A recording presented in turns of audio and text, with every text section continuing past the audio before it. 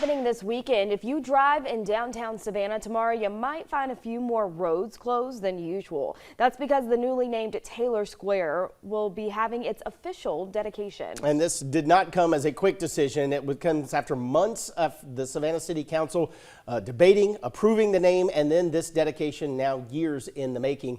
Shay Schrader joining us live this morning from the square in downtown Savannah. Shay, we all watched this unfold. Can you kind of give us a recap on how this naming process went? Yes, there was a lot that happened over the last several years, and the effort to actually get Susie King Taylor's name onto this square goes back around 3 or 4 years ago when the Center for Jubilee advocated to have John Calhoun's name removed from this square and have Susie King Taylor's name added. Now, Calhoun wasn't a Georgia native. He was a South Carolina native and a former vice president of the United States. And the Center for Jubilee wanted to remove his name on the basis of his stance on slavery.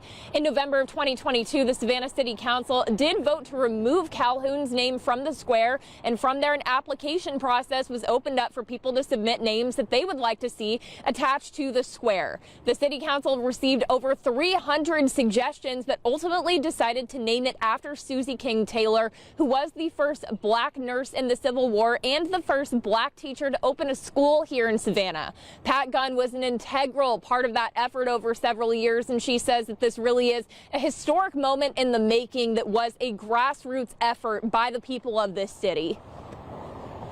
We brought people out and told them about Susie King Taylor. We added some freedom songs and refreshments and educated. So if you want to know the methodology for it, I would say we agitated the Savannah community, including the leadership. We educated them, and then we organized them that this is a people's square and they want a new person. They don't want Calhoun anymore.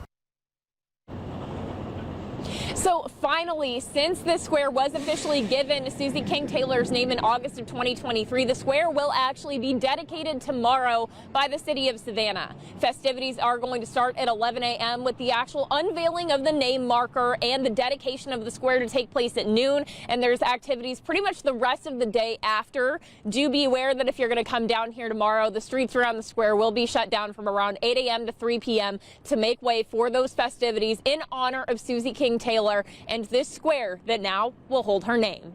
Live in Savannah, Shay Schrader, WTOC News. Tybee city leaders are pushing